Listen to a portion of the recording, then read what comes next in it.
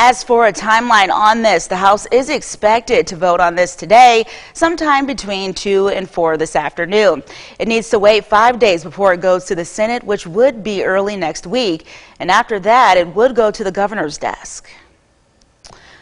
Well, also at the Capitol, new gun legislation may soon be up for a vote, and if passed, it would make it easier to carry concealed weapons here in Michigan.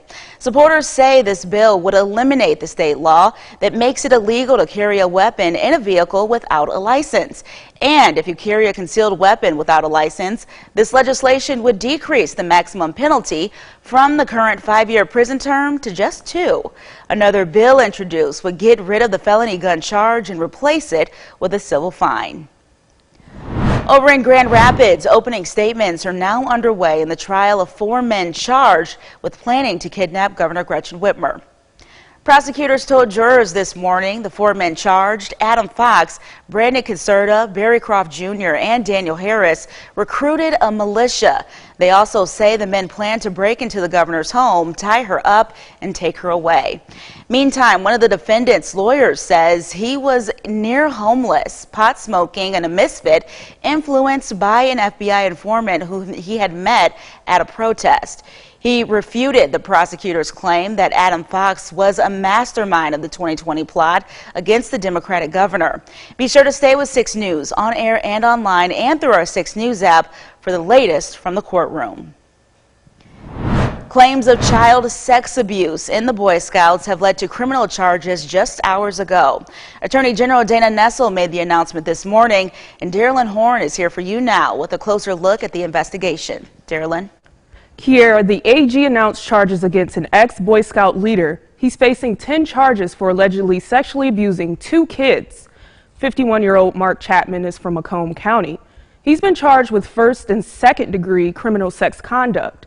Nessel revealed that he is related to one of the victims. She added that the abuse lasted for years. Chapman worked at a church during the alleged abuse, and some of the incidents took place there.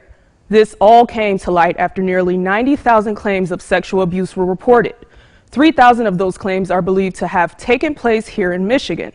Victims came forward after Nessel released a public service announcement asking people to report any claims of sexual abuse. Today, she promised all abuse claims will be taken seriously. These investigations and holding these perpetrators accountable, many of whom, of course, if they're not apprehended, if they're not held accountable, will go on to abuse more and more victims. And so it's not just important, of course, to hold a person accountable for all the harm that was suffered by the victims that where these incidences have already occurred, but to prevent future crimes from occurring. As for Chapman, he's been living in New York since 2007. Today, he is behind bars facing child abuse charges there as well. The state is working to get him extradited to Michigan.